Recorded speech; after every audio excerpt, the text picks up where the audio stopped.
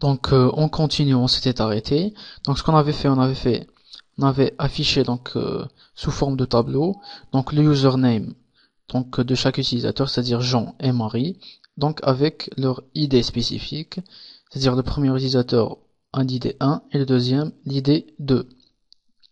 Donc ce qu'on va faire maintenant, on va virer le print r et on va le remplacer avec un for each, c'est-à-dire on va démarrer une boucle.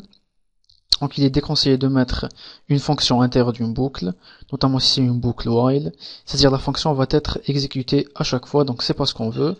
Donc avec la boucle for each, donc la fonction va être exécutée qu'une seule fois.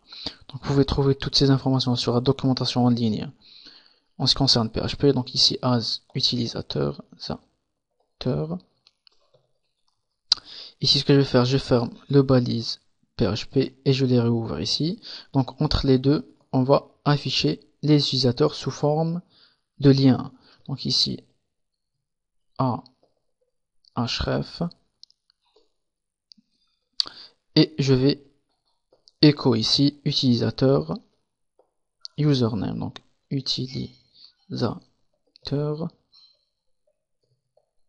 username. Donc j'actualise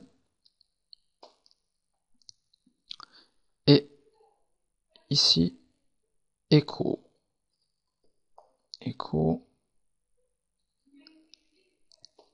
Donc ici on a effectivement Jean et Marie qui apparaissent. Donc si je clique sur Jean, je devrais être redirigé vers le profil de Jean. Idem pour Marie. Donc pour ce faire, ici la redirection. Donc le lien va pointer vers profil.php qui n'existe pas encore, mais pas n'importe quel profil, c'est-à-dire le profil donc qui correspond à chaque utilisateur. Donc on précise ici l'id est égal. Ici on démarre PHP, donc utilisateur ID, donc utilisateur ID.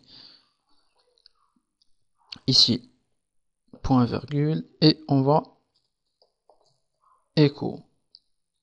Donc ici j'actualise.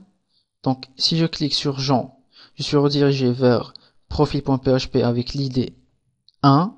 Donc profil.php n'existe pas encore, c'est pour ça qu'on a ici objet non trouvé. Donc ici vous voyez ici le 1 qui apparaît. Donc si je clique sur Marie, je suis redirigé vers profil.php avec l'id 2. Donc on va créer profil.php de suite. Donc profil.php ici rapidement. Donc doctype HTML head. Je vais donner un title, je vais dire profil page title. Donc body et body. Ici en H3, on va afficher le nom d'utilisateur. Ici je vais dupliquer. Donc, on va afficher donc le sexe de l'utilisateur. Donc son âge, son email et à propos de moi. Donc function.php, on va créer la fonction qui va se charger donc de faire tout le travail. Donc ici je vais l'appeler function info utilisateur. Donc elle aura le paramètre l'id. Donc ici on précise que l'id c'est un int.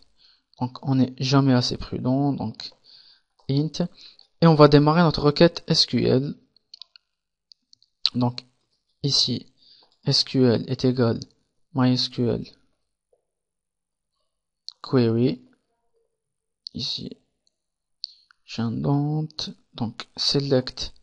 On va sélectionner cette fois-ci la totalité from profil, pas n'importe où, c'est-à-dire where id est égal à notre id. Et on va return return MySQL, donc fetch assoc de notre SQL. Donc dans le profil page, ce qu'on va faire, on va créer une variable, je vais l'appeler info, elle va être égale à info utilisateur avec l'id $_ get donc de l'id, donc sans oublier d'inclure donc le connect.php, donc include le connect.php. donc ici si je print are les infos, j'actualise, donc je clique sur Jean, je suis parfaitement redirigé vers profil.php et j'ai ici donc sous forme de tableau donc le username Jean, donc son email, donc son sexe c'est 1, c'est-à-dire c'est un homme, donc âge 21, donc salut les gens, je m'appelle patati patata. Donc si on met ici 2,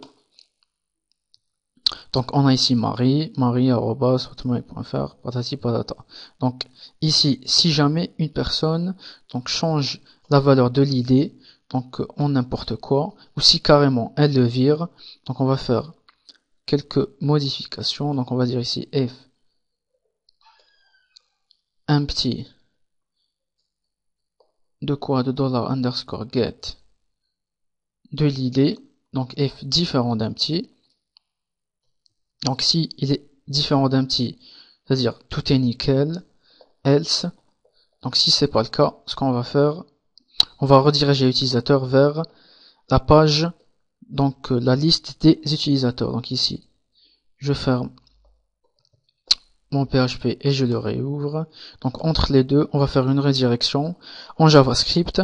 Donc pour éviter donc les erreurs, par exemple, si on faisait une redirection donc en PHP, c'est-à-dire avec le header location traditionnel, donc on va risquer d'avoir l'erreur donc header already sent, c'est-à-dire donc le header location on utilise sauf si donc aucune page HTML a été chargée. Donc on risque d'avoir quelques problèmes. Donc pour éviter ces soucis, on fait une redirection en JavaScript.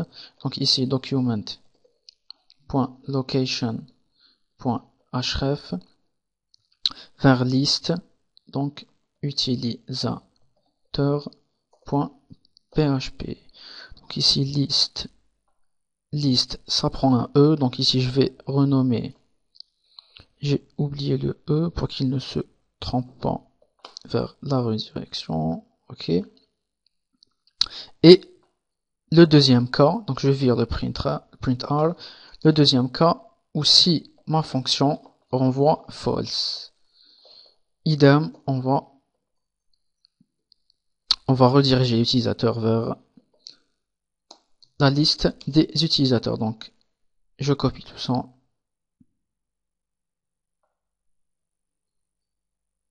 et je le colle ici. Donc je vous montre pourquoi on a fait ça. Donc ici je retourne vers, donc l'id est égal à 2. Donc si une personne modifie donc la valeur de notre ID, j'actualise, je suis redirigé vers la liste d'utilisateurs. Donc si il vire carrément l'id, donc ici je retourne vers Marie. Donc ici j'ai le tableau qui n'est pas affiché puisque j'ai viré le print A, donc je l'ai enlevé. Donc si je vire carrément l'id, donc je suis toujours redirigé vers la page liste utilisateur. Donc ce qu'on va faire maintenant, on va afficher les infos. Donc ici je vais echo info utilisateur. Ici c'est username, autant pour moi, username. On va afficher son sexe. Donc echo info sexe. Donc si c'est 1, on va afficher homme. Donc si c'est égal à 1, on va afficher homme. Donc else, on va afficher femme. On va faire la même chose ici pour l'âge, l'email. Donc, et à propos de moi, donc ici j'actualise juste pour voir s'il n'y a pas de problème. Jean. Donc j'ai effectivement ici Jean, homme. Donc si je mets ici 2, j'ai ici mari et femme. Donc ici,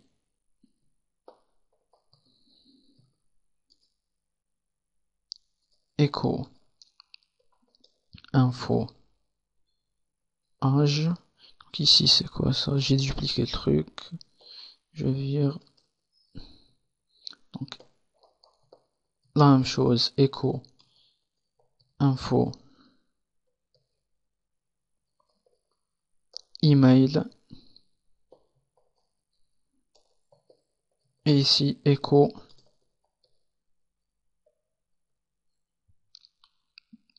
Donc info,